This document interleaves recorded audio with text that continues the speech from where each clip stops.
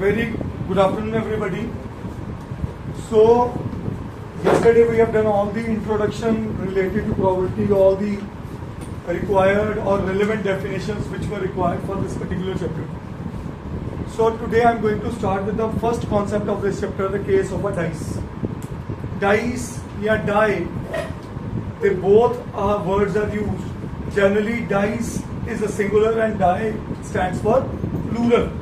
एक से ज़्यादा डाइस हो जाएं तो हमें समझ आती है कि भाई केस किसकी बात कर रहा है, वो डाई वर्ड यूज करेगा. Is that clear? Got it?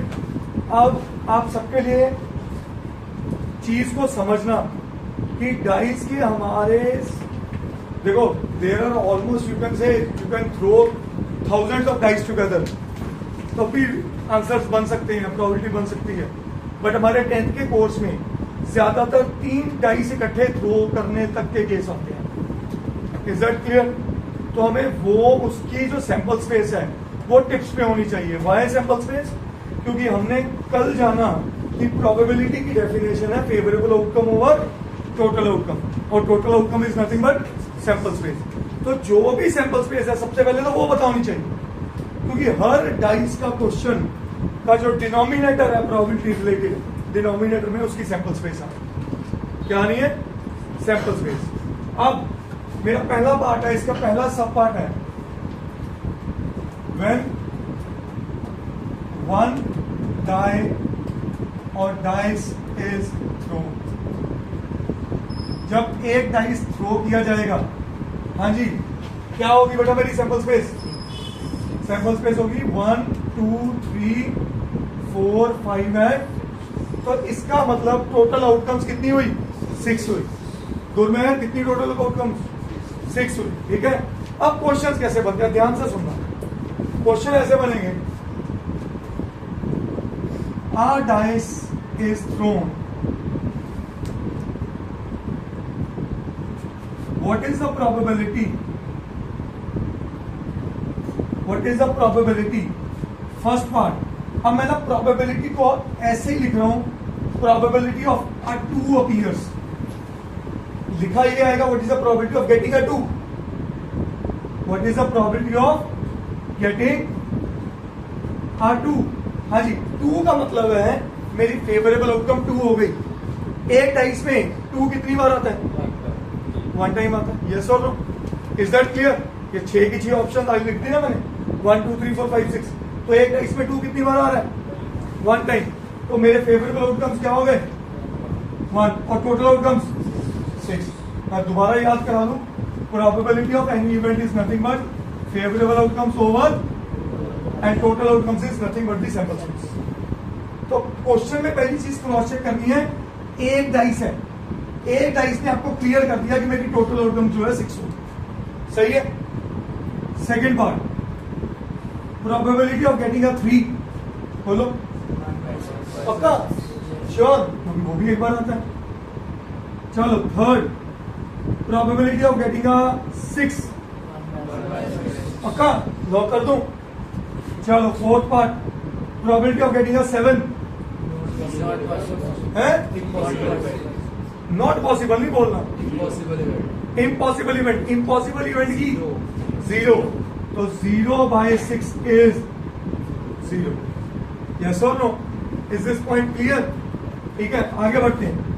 Probability of getting a even number. कौन कौन से केसेस? पहले फेवरेबल केसेस सोचो. इसके फेवरेबल केसेस बने 2 4 और 6. तो ये फेवरेबल केसेस कितने बने? 3 बने. तो आंसर इज 3/6 विच इज 1/2.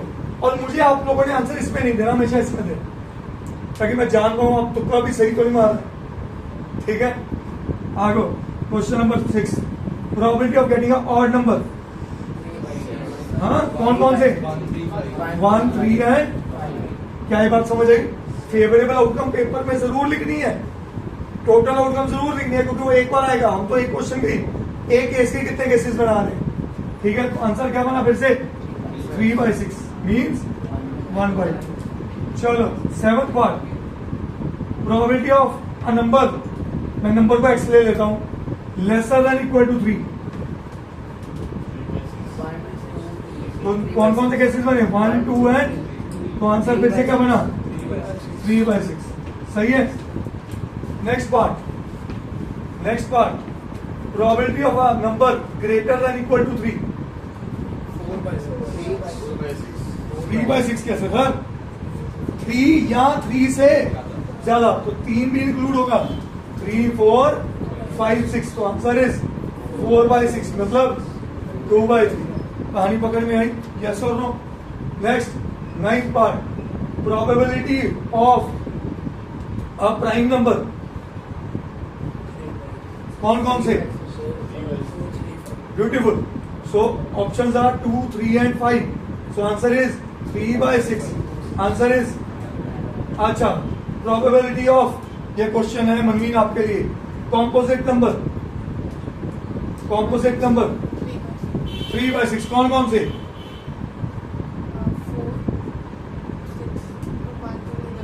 हाँ, 1 is neither prime nor composite. तो इसके केसेस बने अकेले कौन कौन से? 4 एंड 6। तो आंसर इज 2/6 मीन्स, क्या ये बात समझ आई? अब थोड़ा और अगला पार्ट प्रोबेबिलिटी ऑफ 2 और 3। और कल और का किस्सा समझाया था, कौन सी थ्योरम? Addition theorem. क्या जब 2 आता है 3 आ सकता है? क्या जब 3 आता है 2 आ सकता है? तो these are mutually exclusive events. तो उसमें उन दोनों की इंटरसेक्शन क्या होती है? 0। कल ही बात हुई है। तो probability of 2 plus probability of 3। 2 की प्रोबेबिलिटी 1/6, 3 की प्रोबेबिलिटी, तो आंसर इज मतलब 1/, क्या ये बात समझ आई? आ जाओ आगे बढ़ते हैं। 12th पार्ट प्रोबेबिलिटी ऑफ 2 और इवन नंबर। आओ जी बोलो। Probability of 2 plus probability of even number minus, क्योंकि 2 खुद भी एक इवन है, 2 खुद भी एक। सो probability of 2 intersection even number, याद है? तो वो 2 खुद ही होगा। इसके कितने केसेस? 1/6। इवन के कितने केसेस? 3/6। और एक केस वो जो 2 ही था, तो उसका 1/6 कट गया। तो आंसर क्या आया? तो आंसर इज, तो ये मोस्ट इंपॉर्टेंट है, इन्हें मिस नहीं मारना। समझ गए? जल्दी नोट करिए।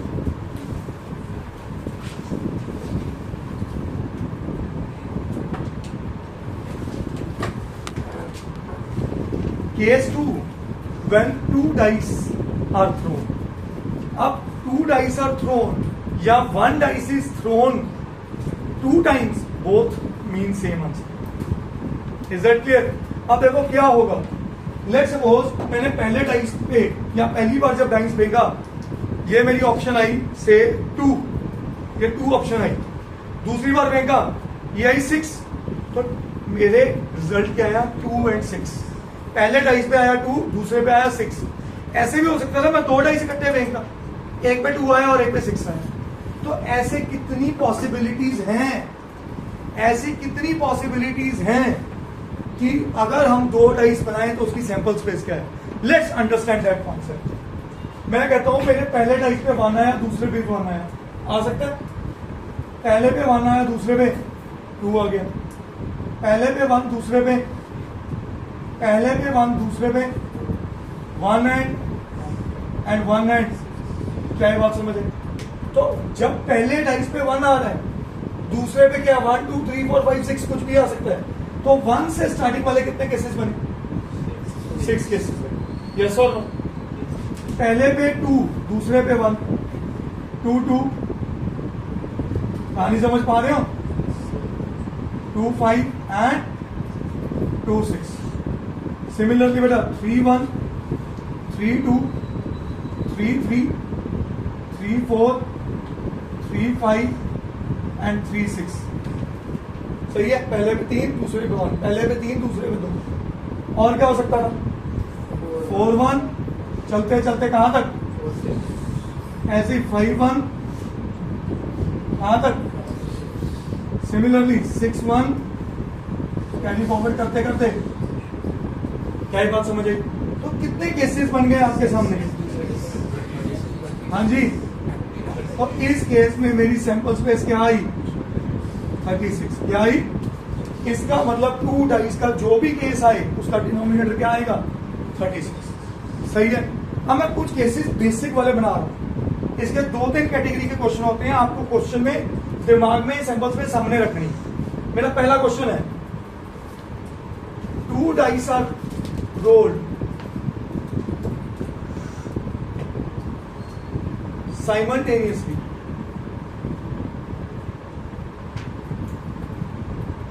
What is the probability of getting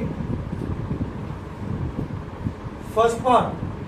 अब सोच के, हर आंसर सोच के। फर्स्ट पार्ट है odd on first roll। पहला क्वेश्चन, ऑड ऑन फर्स्ट रोल। इसका मतलब क्या है? पहले डाइस पे क्या है? Odd number. तो कौन कौन से केसेस बने? 1 से शुरू हो गया, 1 1 1 2 1 3 अप टू 1 6। मैं फेवरेबल आउटकम लिख रहा हूं बेटा, सही है। आगे 3 1 3 2 अप टू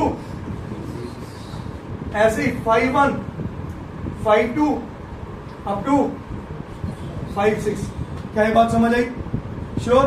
अच्छा, कई बच्चे कहते नहीं सर ये तो इवन है, उसने सेकंड की बात ही नहीं की। अगर सेकंड की कोई कंडीशन नहीं है इसका मतलब सेकंड पे कुछ भी आ सकता है। तो how many cases are there? 18। So मेरी प्रोबेबिलिटी क्या आ गई बेटा इस इवेंट की? 18/36 विच इज 1. करिए नोट जल्दी से।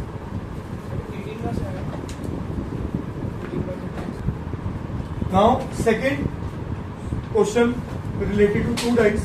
It says what is the probability of getting a multiple of 2 on first roll and a multiple of 3 on second roll? तो multiple of 2 on first roll पे पहले चर्चा करें। क्या क्या आ सकते हैं? 2 1 2 2 2 3 2 4। पर हमें साथ में ये सेकंड कंडीशन भी पूरी करनी है। एंड का मतलब होता है दोनों कंडीशन फुलफिल करें। तो मेरी फेवरेबल आउटकम्स क्या बनी बेटा?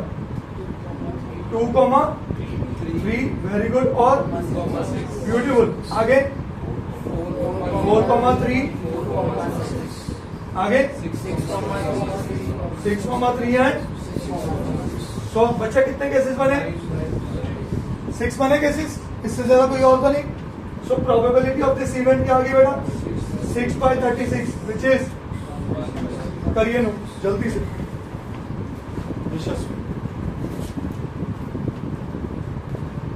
Yes, third part getting a doublet and fourth part getting an even doublet. What do you mean by the term called doublet? Very good. Doublet का मतलब होता है दोनों डाइस पे सेम नंबर आए। इस पे क्या आ जाएगी सैंपल स्पेस? और सॉरी फेवरेबल आउटकम्स क्या आ जाएंगे? 1 1 2 2 3 3 4 4 एंड क्या ये बात समझ आई सबको? सो मेरी प्रोबेबिलिटी इस इवेंट की क्या आ गई बेटा? 6/36 विच इज। और अगर कोई कहे इवेंट डबलेट का फेवरेबल आउटकम्स 2 2 एंड क्या ये बात समझ आई? तो इसकी प्रोबेबिलिटी क्या बनी बेटा? 3/36 मीन्स, करिए जीनो। Next is fifth part and even number on both die. दोनों डाई पे क्या आ जाए? Even number. दोनों डाई पे क्या आ जाए? आओ जी, इसकी फेवरेबल आउटकम सोचिए क्या क्या होगा? 2 2 2 4 आगे 4 2 4 4 then so how many cases are there? हाँ जी, सो प्रोबेबिलिटी इस इवेंट की क्या बनी? 9/36 मीन्स, करिए नो। हाँ जी, sixth part it says 2 will come at least once. इसका मतलब क्या है? किसी ना किसी डाई पे 2 आए। अब देखो इस रो को देखो, ये 2 आ गया और इधर देखोगे सारे 2 आएंगे, 1 2 2 2 3 2 4 2 5 2। तो टेक्निकली वो मेरे से डिमांड क्या कर रहा है फेवरेबल आउटकम की?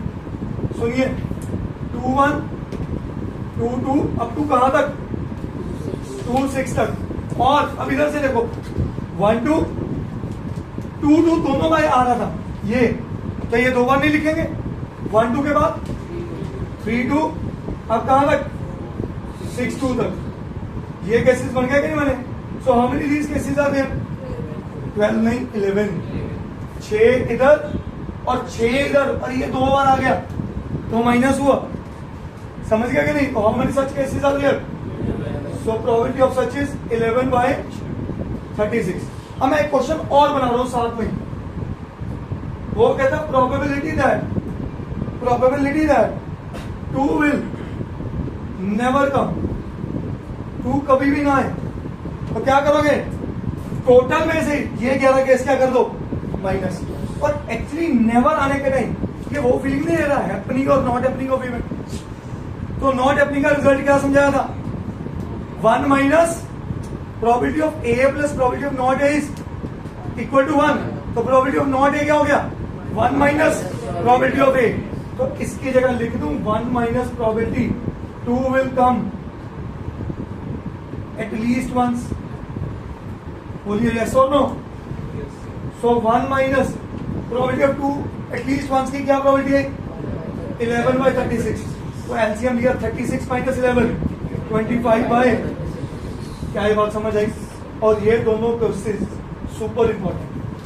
जब भी नेवर आए या नॉट आए तो 1 में से वो सारे केसेस निकालो जब वो होगा। Is that clear? करिए ना। यस गाइस, क्वेश्चन इज जो 2 डाइस में सबसे अच्छे क्वेश्चन माने जाते हैं वो माने जाते हैं सम वाले, कि दोनों डाइस का, जैसे मैंने आज एग्जांपल ली, पहले डाइस पे 2 आया, दूसरे पे 6 आया, तो दोनों का सम क्या हुआ? 8। अब ऐसा कभी एक क्वेश्चन है, मैं आपको 2 छोटे छोटे कॉन्सेप्ट सिखाऊंगा। एक कॉन्सेप्ट जो सब सिखाते हैं और दूसरा कॉन्सेप्ट जो मैं आज सिखाऊंगा जो बहुत सारे टीचर्स नहीं बात करते। वो क्या है? सुनिएगा। ये एक डायगोनल बना रहा हूं, इस डायगोनल में दोनों डाइस का सम क्या आ रहा है? 2। ठीक है, ये सम लिख रहा हूं और इधर लिख रहा हूं केसेस। कितने केसेस हैं? 1। यहां पे नोटिस करो सम क्या आ रहा है? 3। और कितने केसेस हैं? 2 2 1 एंड 1 2। इधर 1 3 2 2 3 1, सबका सम क्या है? 4। और कितने केसेस हैं? 3। इस डायगोनल पे देखो 1 4 2 3 3 2 4 1, सम आ रहा है 5। और ऐसे कितने केसेस हैं? और यहां नोटिस करो सम आ रहा है 6 1 5 2 4 3 3, यहां आने वाला 4 2 5 1। Is that clear? कितने केसेस बने? सम 6 के 5 केसेस। अब यहां मैं फुल कर ही लेता हूं, 5 2 4 3 4 4 4 5 5 3 5 4 5 5 6 2 6 3 6 4 6 5। ठीक है जी। अब आओ, अब यहां नोटिस करो इस डायगोनल में लॉन्गेस्ट डायगोनल है, सम क्या आ रही है? 7 1 6 2 5 3 4 4 3 5 2 6 1। कितने केसेस हैं? नोटिस करो जितनी सम आ रही है 7 तक, नंबर ऑफ केस 1 कम है। नंबर ऑफ केस क्या है? 1 कम है। ये याद रह जाएगी बात? बोलो यस और नो। अब ये लॉन्गेस्ट डायगोनल के बाद अगले डायगोनल छोटे होने शुरू हो जाएंगे। ये आ जाओ 6 2 5 3 4 4 3 5 6 2। कितने? सम आई 8 पर केसेस कितने बने? 5। आगे 6 3 4 5 5 4 3 6, सम है 9, केसेस कितने बने? 4। आगे 6 4 5 5 4 6, सम है 10, केसेस कितने बने? 3। 6 5 5 6 11 सम है, केसेस, और 6 6 सम 12 है, केसेस 8। ठीक है। अब आपको कोई पूछे सम ऑफ 10, आप ये सोचो 6 4 5 5 4 6, कितने केसेस बने? 3। सो इसकी प्रोबेबिलिटी सम ऑफ 10 की क्या बनी? 3/36 मतलब 1/12। अब बच्चा कहता सर मैं हर बार ये बनाऊंगा सम वाले केसेस में, क्वेश्चन तो एक आना पेपर में, या उसके सब पर 3 आ जाएंगे, 3 नंबर का क्वेश्चन है, तो मैं इतना क्यों मेहनत करूं? अगर सम का केस आ रहा है तो मैं दिमाग लगाऊंगा एक बार। सुनना जो मैं करने जा रहा हूं। मिनिमम सम कितनी है? 2। 1 हो सकती है 2 डाइस की सम। मिनिमम सम कितनी है? ठीक है, मैक्सिमम कितनी है? 12। तो मैंने लिखा 2, 3, 4, 5, 6, 7, 8, 9, 10, 11 और 12। मैंने यू बना दिया, चेक करो ये यू बना हुआ। ऐसा नो जो मैक्सिमम केसेस वाला था वो गेला था 7। अब नोटिस करो 2 और 12 इनमें छोटा कौन है? उसको एक और माइनस कर दो, उतने केसेस होंगे 12 के भी 2 के भी। 3 और 11 के चेक करो, छोटा कौन है? 3 के 11, उसमें एक कम कर दो, कितने केसेस? चेक कर लो, 3 सम के भी 2 केसेस और 11 सम के भी 2 केसेस। आगे बढ़ते हैं, 4 और 10 के, 5 और 9 के, 6 और 8 के और 7 के, एक कम। कहानी बल्ले बड़ी, ये सब कराएंगे और ये बहुत ही रियल में। इस पॉइंट क्लियर, इसको याद रखो। और ये यू बनाना है, 2 से शुरू करके 12 तक जाना है, 7 मिडिल में आएगा। Is that clear? अब जल्दी से प्रोबेबिलिटी ऑफ गेटिंग 2 पहले ही 7 से छोटा है, एक कम करो। Answer is so probability of getting sum of 7 एक कम 6/36। सही है। आ जाओ 11 पार्ट, प्रोबेबिलिटी ऑफ गेटिंग 11 किसके सामने? 3 के, 3 में से एक कम, और है कौन कौन? 6, 5 एंड 5, 6। सो कितने में? 2/36। अब एक last question, probability of getting at least 10। At least 10 का मतलब क्या होता है? कि प्रोबेबिलिटी ऑफ 10, प्रोबेबिलिटी ऑफ 11 और प्रोबेबिलिटी ऑफ 12। 10 के कितने केसेस? 10 के सामने 4, एक कम 3, 11 के 2 और 12 के। सो आंसर इज, क्या बात समझ आई सबको? श्योर। अब आपको जाते जाते एक छोटी सी चीज बताना चाहूंगा। क्वाइन हम कल करेंगे, सोच रहा था आज क्वाइन भी खत्म कर दूंगा। अब नोटिस करो, अगर एक डाइस था, कितनी आउटकम थी? 6। सैंपल स्पेस की बात कर रहा हूं। 2 डाइस है, कितनी आउटकम्स है? 36। क्या मैं ऐसे लिख सकता हूँ 6 की पावर 1, और क्या ऐसे लिख सकता हूँ 6 की पावर 2। और अगर 3 डाइस होते तो क्या होता? 6 की पावर। अगर 100 डाइस होते तो क्या होता? 10। 6 की पावर। क्या ये बात समझ आई? अगर n डाइस होते, क्यों? 3 डाइस है तो 6 की पावर 3। आपने 100 लिखा। ओ सॉरी 100 लिखा है। लो जी, 6 की पावर 100। अगर n डाइस होते तो आंसर क्या होता? तो ये कभी कभी ऐसी चीजें एमसीक्यू में 1 मार्कर में आती है। If 20 dice are thrown, what is the sample space? आप क्या लिखोगे? 6 टू द पावर। ठीक है, आज हमने डाइस को पूरी तरह खोल दिया। 1 डाइस और 2 डाइस आपके स्कूल एग्जाम, बोर्ड एग्जाम में दिखते हैं। 3 डाइस का स्पेशल केसेस है, वो मैं आपको सिलेक्टिव अलग क्वेश्चंस में कराऊंगा, कॉन्सेप्ट में नहीं कराऊंगा। ठीक है, और नेक्स्ट क्लास में will be doing 2 dice case. Thank you so much.